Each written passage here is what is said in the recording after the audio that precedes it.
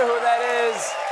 That is our friend from MSNBC, Chris Hayes. Okay, so I think Nora and Margaret did a great job tonight. They covered a lot of issues. Is there anything you wish, a subject you wish they'd gotten into they didn't get around to?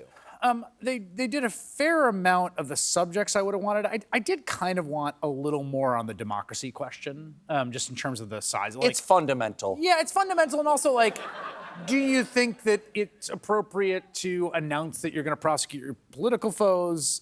Do you support the mass pardon of the people convicted in January 6th, as Donald Trump does? Like, there's a few more of those questions that I would have liked to see him answer, partly because, as you saw on the question of who won the election, he really has nothing good to say about that.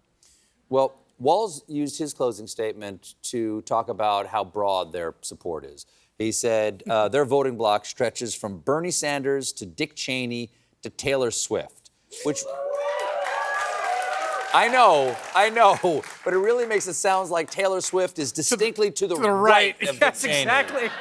But let's take Bernie Sanders to Dick Cheney. Where does this ticket, the Harris-Walz ticket, fall on that ideological spectrum? Closer to Bernie or Dick?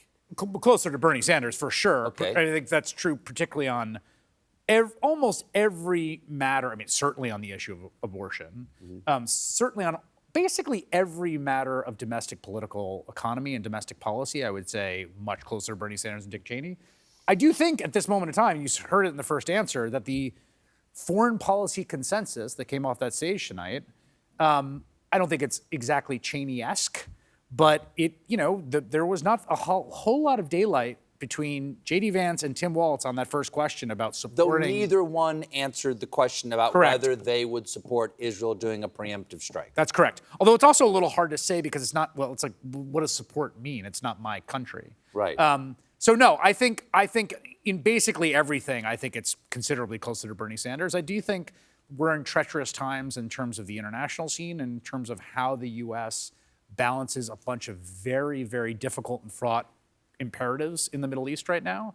And I do worry a little bit the consensus in Washington tends to tip more towards the hawkish side of that equation. Let's get away from the presidential election for just a second here. Of course, the Senate and the House are up for grabs this year, and lots of governors and that sort of thing around the country.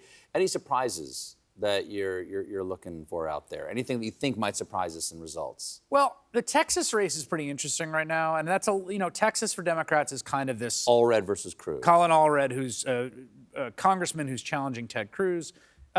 Cruz is doing the thing where he's going around being like, it's neck and neck. I need you to send me $25, which is, he's talking his book. You've all gotten the text messages from whatever candidate telling you that same thing. But that race is closer. Here's what I'll say about that race. That race is closer than it should be.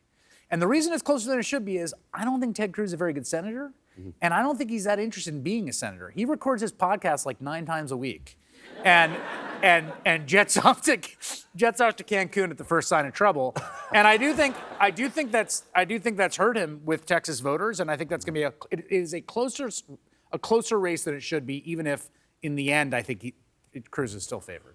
Well, Chris, always love having you over here. I love being here. Please come back sometime when we're a little more rested. Yeah, that'd be great. Have to be live. Anytime. All In with Chris Hayes airs Tuesdays through Fridays on MSNBC. We'll be right back with a performance by Brittany Howard.